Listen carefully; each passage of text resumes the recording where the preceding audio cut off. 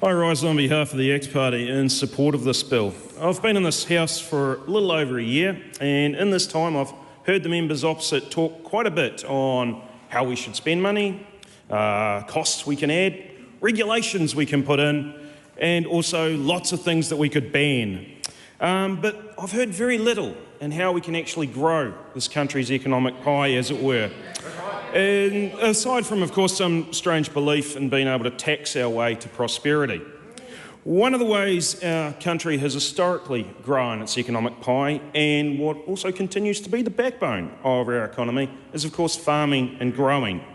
And it's through the hard work of people who spend their days in tractors, wool sheds, cow sheds, up and down this country that we can afford cancer drugs, police on the front lines, all the other things that we want government to provide. The list goes on. Yet, for the previous 6 years, these people have felt like they're under constant attack. Their confidence in their future went absolutely downhill. And without confidence, who is buying that new, more fuel-efficient tractor?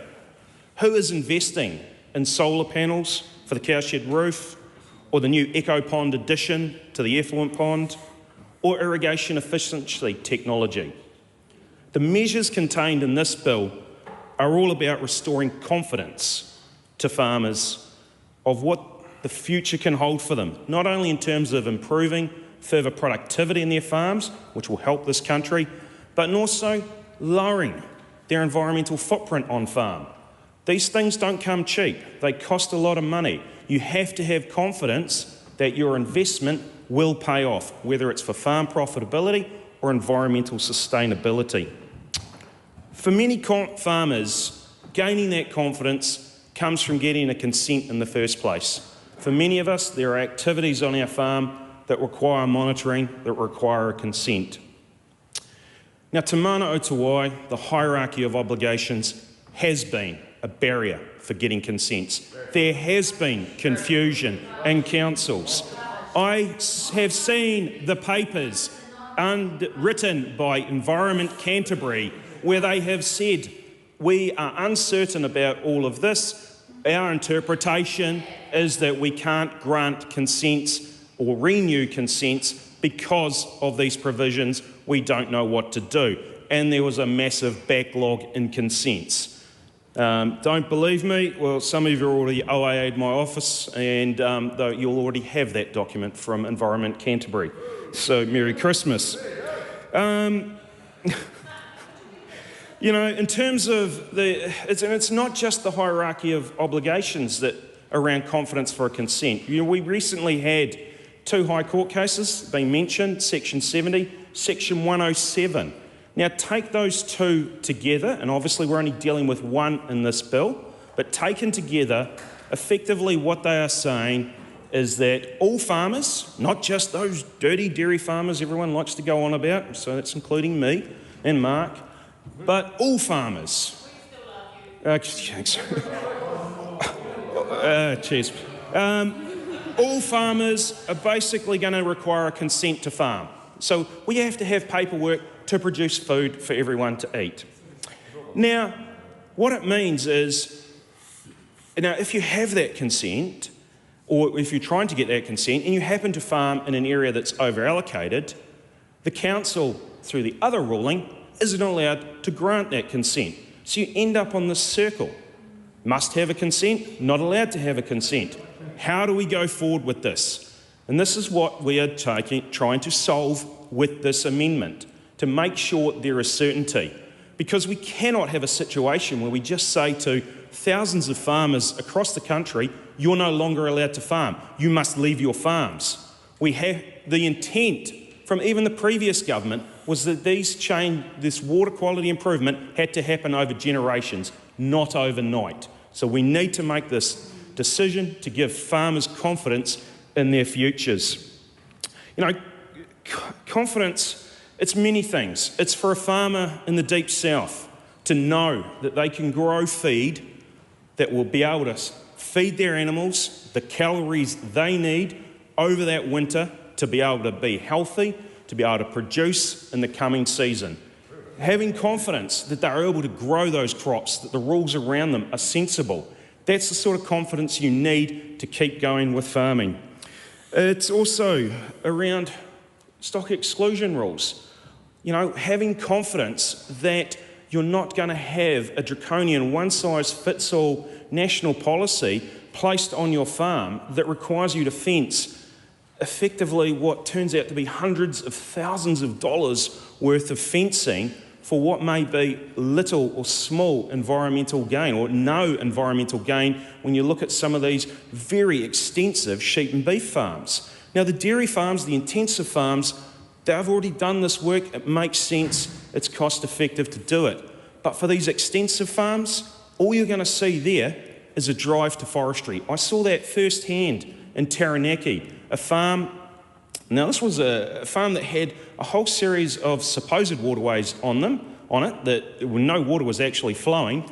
Council said, you've got to fence all this off. It's going to cost you hundreds of thousands of dollars. Farmer said, plant the lot in pines. That's not the answer we want for this country.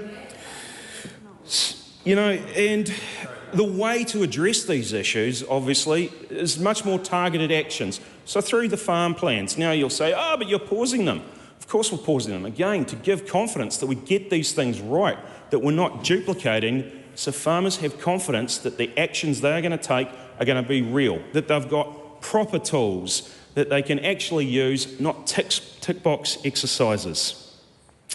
Now, confidence also comes from knowing that you're not going to have your property rights taken away from you by someone mapping what may not be that significant a natural area and having that overlay put over your farm as to what are your rights going forward on your own land. This is challenging. Oh no, iwi are very concerned about significant natural areas as well.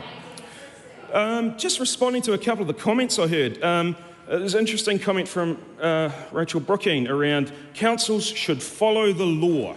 Now, it recalls an interesting conversation I had 2.5 years ago with the then government around the nitrogen 190 reporting. Now, they hadn't quite got everything right and ready in time, and the rule was farmers had to report it by such and such a date, but the system wasn't ready. So they told councils, ignore the law, don't worry about the law. How things have changed. We argued, why can't you just pause these regulations? Why can't you just change the timeline so that our farmers don't become criminals? But no, we just had to ignore the law. So I find that rather rich. In this, we keep hearing about pollution. Like I said, this is about confidence. It's about giving farmers confidence that they can make the investments in their farms, that they can move forward. You talk about generational, that we want generational actions. That is what farmers do. Everything my dad has worked for in his life benefited me. Everything I am doing on my farm now benefits my daughters. That's what every farmer is focused on. How can we make it better for the next generation? That is the stuff we do. I look at the Indigenous biodiversity on my farm and I take pride in it. I look at the water quality on our farm and I take pride in it. These are the actions farmers are doing. And the public at large can have confidence, not only farmers needing confidence, the public confidence, that farmers up and down this country are doing the work. We have 180,000 hectares in the QE2 Trust. We have catchment care groups up and down this country. Farmers are doing the work, not just ticking admin boxes. So, in conclusion, I feel a lot of pride, quite frankly, in the fact that I have been part of this bill, a number of the actions, done the work here. To me, this is what I came into Parliament for, to bring confidence back to farmers, to show them there was a way forward, that there was a future farming in New Zealand. So not only, Mr Speaker, do I commend this bill to the House, I also commend our country's farmers and growers for all the hard work they do. Thank you.